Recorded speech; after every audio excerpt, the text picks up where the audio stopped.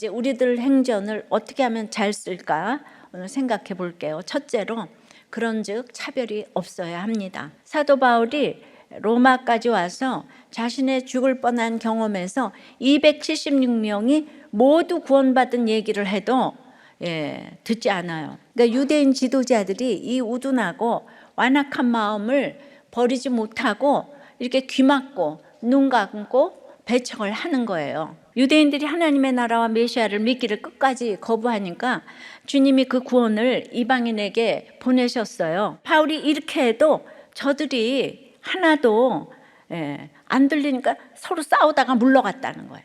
하나님은 유대인들 차별하지 않아요. 차별해서 구원을 이방인에게 보낸 게 아니에요. 너희들도 제발 좀 돌아오라고 이 말씀인 거예요. 두 번째는 여전한 방식으로 오는 사람을 다 영접해야 합니다. 바울은 가이사라에서 2년을 수감되어 있었던 것처럼 로마의 셋집에서도 만 2년이라는 시간 동안 가택연금 상태로 지냈어요. 보기에 실패한 것 같이 끝나도 실패한 게 아니에요. 우리는 전자동으로 지금 감사하고 살면 내일은 좋은 일이 오겠지 생각합니다. 그것도 맞는 얘기지만 더 중요한 것은 그냥 오늘을 하루를 감사하면서 살다가 가면 되는 거예요. 그 이상도 이하도 없는 거예요. 오늘 하루 감사하는 게 최고의 이 성령 행전 쓰는 비결입니다. 그러므로 가이사 앞에서 전하는 것이나 지금 셋집에서 전하는 것이나 차이가 하나도 없는 거예요. 유대인들은 안 믿었으나 여기서 영접하고라고 번역된 단어는 미완료 과거형으로 바울의 집을 찾는 이들이 끊이지 않았다는 거예요.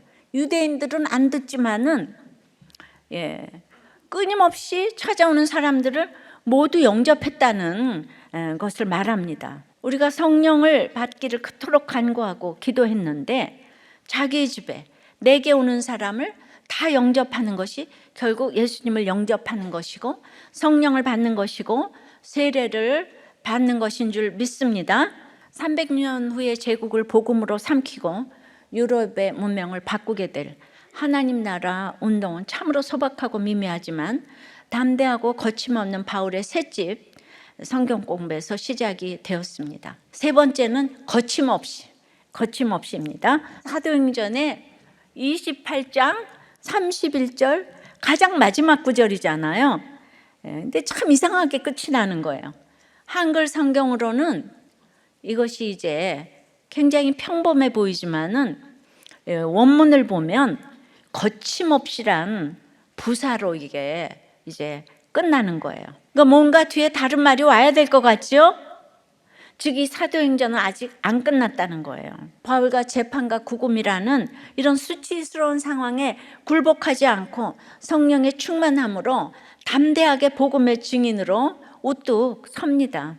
그는 과거 자신이 그리스도인들을 핍박하고 스데반을 죽였다는 걸 언제나 기억하고 있으면 자기 죄를 볼 때 가장 담대함이 나오는 거예요. 그러니까 비록 우리들이 아무리 매인 환경에 있을지라도 복음은 결코 매이지 않는 거예요. 복음은 생명이 있는 거예요. 거침없이 전진하고 전파됩니다. 누구도 복음의 역사를 막을 수가 없어요. 사도 바울의 여정을 기록해 준 사람이 누가예요. 그러니까 사도행전과 누가복음에 누가의 이름이 일절 안 나옵니다. 그렇게 자기 이름 하나도 안 내고 썼는데 하나님은 누가복음과 사도행전의 저자를 누가로 기록해 주셨습니다. 디모데는 청결한 양심으로 바울을 유쾌케 하고 위로를 주었어요. 디모데는 책 한 권 못 써요. 그런데 바울이 디모데 전후서를 써주면서 디모데 이름을 남겨지게 했어요. 그리고 그것이 바울의 유언서가 됐습니다. 마지막에 죽기 직전에 옆에 누가가 지극정성을 다하고 있는데 그렇게 디모데를 보고 싶어 해요. 바울이 바울 된 것은 누가 때문이에요. 바울 사도가 원하고 바라는 것은 무조건 바울에게 좋은 것이라고 생각한 것 같아요. 정말 생색이 조금도 없고 하나님 자체가 상급이니까 하나님 만난 바울 자체도 상급인 거예요. 가는 곳마다 박해를 당하기에 이런 소수라도 지체가 없으면 예수 복음을 전하기가 어려운 거예요. 이 우리는 절대적으로 바울 편에 섰어요.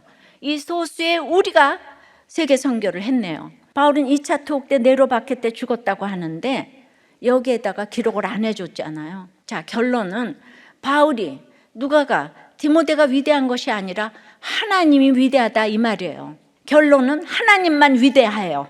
반복되는 인생 가운데 복음 전하다가 가는 것이 최고의 목표입니다.